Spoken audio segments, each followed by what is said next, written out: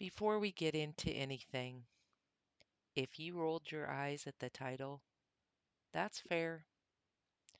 Gratitude practices.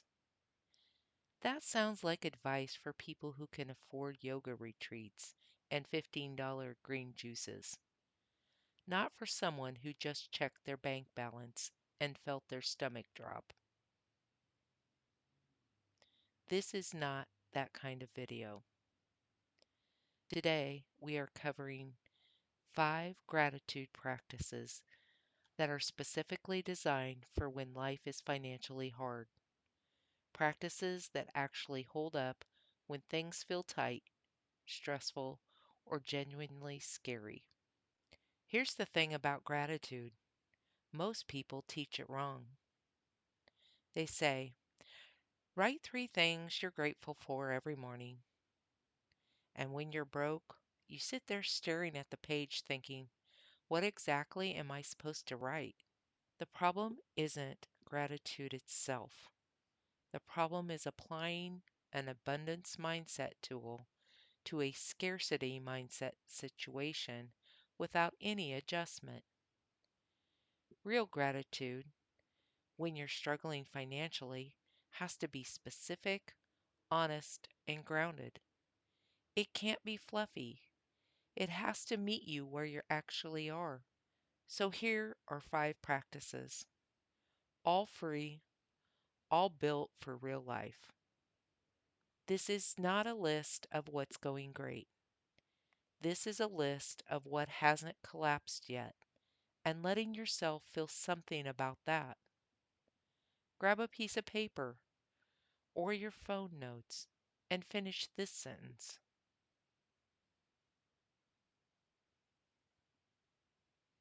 Not, I'm so blessed to have, just, despite everything. Despite everything, I still have a roof tonight. Despite everything, I still have my health. Despite everything, I still have one person I can call. Despite everything, I still have skills no one can take from me. This isn't denial. You're not pretending things are fine. You're doing an honest audit of what's still intact. When we're stressed about money, our brains go into threat mode and we catastrophize everything.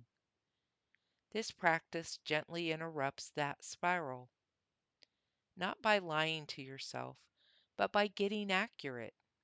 For 1 week, every time you experience something enjoyable that cost you nothing, write it down. The way coffee smells before you drink it, a funny text from a friend, a song that hit right, sitting in the sun for 5 minutes. Here's why this matters financially. Financial stress trains your brain to scan for threats. This practice trains it to notice value that already exists around you, value that requires no spending. Over time, this quietly reduces the impulse to buy something just to feel better. The craving weakens when your brain has evidence that good things are already available to you. It's not about being cheap. It's about building a richer internal register of what enough actually feels like.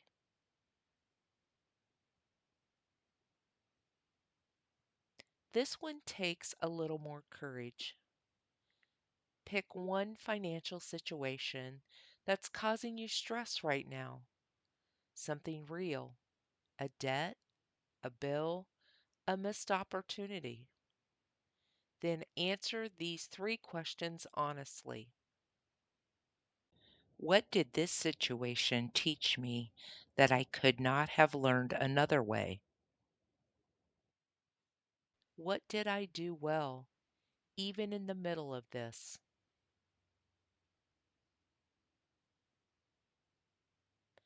What does getting through this say about me?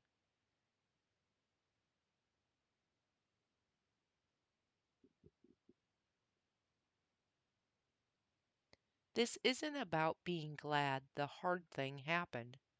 It's about refusing to let it be only a source of shame. Money problems carry so much shame, and shame is the enemy of clear thinking and action. This practice doesn't erase the problem.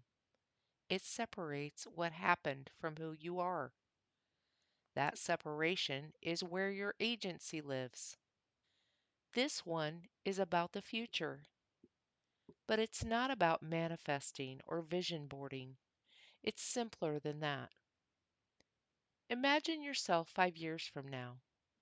You made it through this hard lesson. Things aren't perfect, but they're better. Write a short letter, just a paragraph, from the future version of you to yourself right now. You don't have to know exactly how things get better to write this.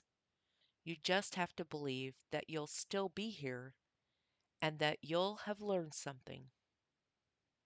Most people who've been through financial hardship say the same thing from the other side. I didn't see it then, but it changed me in ways I'm grateful for. You don't have to feel that yet, but writing to yourself as if you will, that's a powerful act of self-trust. Every day for the next week, notice one moment when someone was generous to you or to anyone. It could be small. Someone held a door.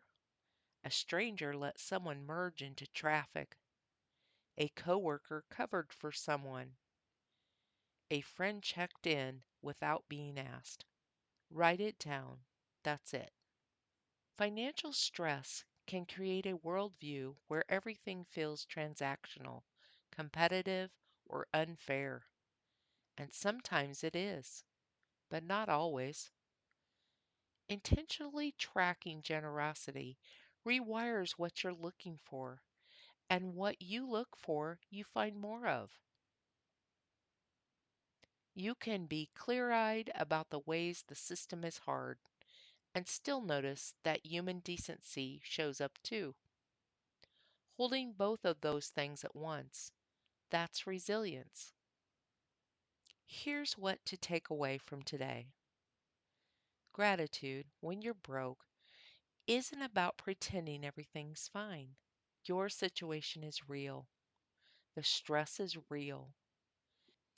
And alongside all of that, there are things still standing, pleasures that cost nothing, lessons being learned, future stories being written, and people showing up in small ways every day. All of that is also real. Pick one of these 5 practices, just one. Try it for a week. Tomorrow, we're talking about how to stop the money shame spiral before it starts. If today resonated with you, share it with someone who needs it and drop a comment below. Which of these 5 practices are you going to try first?